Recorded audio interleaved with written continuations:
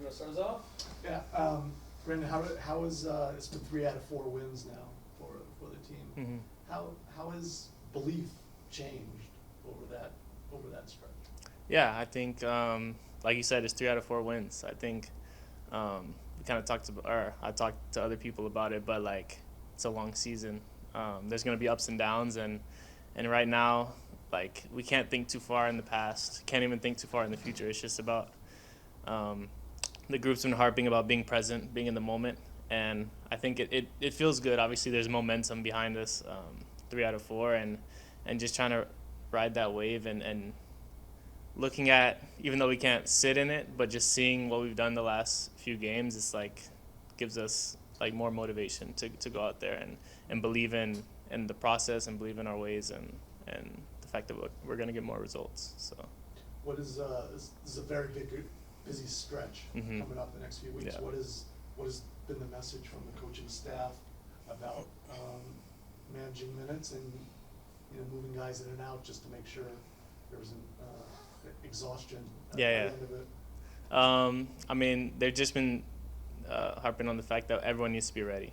Like you said, we have a lot of guys on this team, then everyone's, wanting an opportunity, and I think that's great. Everyone's pushing each other in training. I think that's only going to make the group better for the guys that are starting to get pushed, and for the guys that aren't starting in this game to be ready for whenever that moment comes.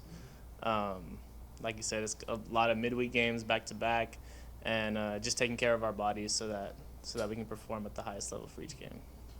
You faced Toronto already Mhm. at the start of the year, but now you personally are going back to Yeah. Toronto. What are your emotions going through that, and is there any leftover feelings or resentment or anything having left Toronto after 2 seasons and moved on? Yeah, I wouldn't say there's any hard feelings, any animosity. I mean, that's just how the business is, It's that's how it goes. And like me personally, I don't like to hold any of those bad feelings. I think it's going to be exciting, obviously, to go back because I have spent a few years there, and I have friends and stuff that I'll be able to see and catch up with. But I try to just take it as any other game, keep the process the same, preparation the same, and just go out there and fight for 3 points. Excellent, thanks. Great. Next we'll go to Dave Johnson on Zoom. You are man of the match on the broadcast on Saturday against the Colorado Rapids. Can you just talk about what your role is and just how things seem to have stabilized since, obviously the disappointment in San Jose, but it's been pretty stable and consistent since then. Yeah, I mean, for me individually, I think in my position, it's just it's big for us in the midfield to try to win control of the midfield. I think that's a big part of any football match. But how we want to play, it's winning a lot of battles, a lot of duels in there.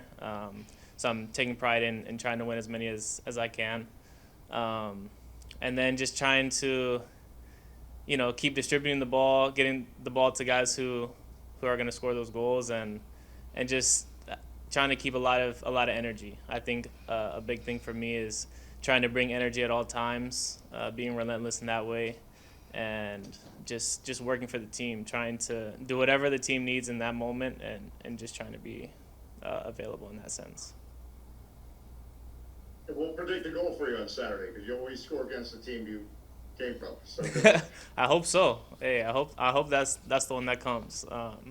My wife will actually be back there, so that'll be great. Next we'll go to Bruce. Hey, Brian. Congratulations on the win. Thank you. Talk a little bit about your relationship with Jose and the work ethic, and you guys working off each other. Kind of a double pivot there in the middle of the field, and then secondly, just your thoughts on what you saw when Jacob Murrow bent that ball in from about 5 yards outside the goal. First with Jose, we have that Wake Forest connection. Obviously, we weren't there together, but I know when we first got in the midfield together, he was excited, and he said, "Yo, let's play some Wake footy."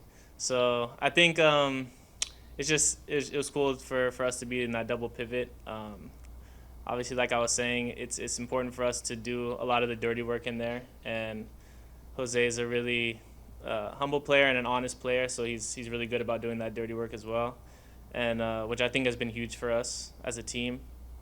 And as far as Jacob's goal, it was just a lot of relief. Obviously, those games can be tricky with USL opponents that are obviously super hungry, super motivated in that game, and obviously we didn't want to have to take it to extra time, but we knew that we would break them eventually, and whenever he scored, it was just able to have a little bit of relief, especially for me in the midfield, and knowing that we were gonna take the game away from there. Thank you. Thank you. Next, we'll go to Donald One. Hey, Brandon, good to talk to you again. I want to follow up on the U.S. Open Cup, and we had talked last week about the allure of the Cup and everything, but it has been a couple years, obviously, since you had performed in the Cup, same with the team.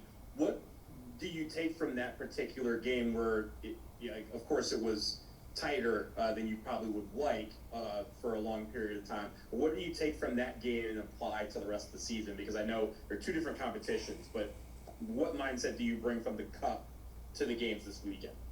Yeah, I think it's two different competitions, but like I was saying with momentum, it still feels good to win. It feels good to feel that feeling and to gain that confidence. Like you said, it was a little bit closer than we would have liked maybe, but I think that's just a testament to this group and our mentality. I think the fact that there's been a lot of games where it's been close and maybe we weren't able to finish it how we wanted to, but lately in the last run of games, we've been able to stick together, fight together, and see it out to the end. And I think that's going to be huge moving forward, and especially with a lot of games coming up. It's going to be tight, and for guys coming off the bench to bring an impact like they did on Tuesday. You're obviously heading back to Toronto this weekend. It's the first time since you joined DC United from there. What are the emotions going to be like for you going back to a familiar place, familiar stadium, but dressing in the visitors' locker room this time? I'm honestly just excited. I think it's obviously going to be interesting being in the visitors' locker room instead of the home locker room, but just to be able to see those fans and a lot of friends in the stands. It'll be great, but at the end of the day, I just want 3 points, honestly. So that's going to be my focus. Great, thanks as always for your time. Thank you. And then one for me. There's a lot of talk internally about building momentum, creating consistency. You've got 3 wins out of the last 4 games. Can you speak a little bit on what the locker room has been like in the last 4 or 5 matches and how that's carried over to the field? Yeah, I think it's been a little bit more lively, a little bit better vibes.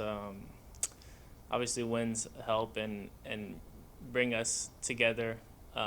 It's just a little bit lighter. The air is a little bit lighter in the locker room, and I think that's super important because the brotherhood is what's going to show on the field.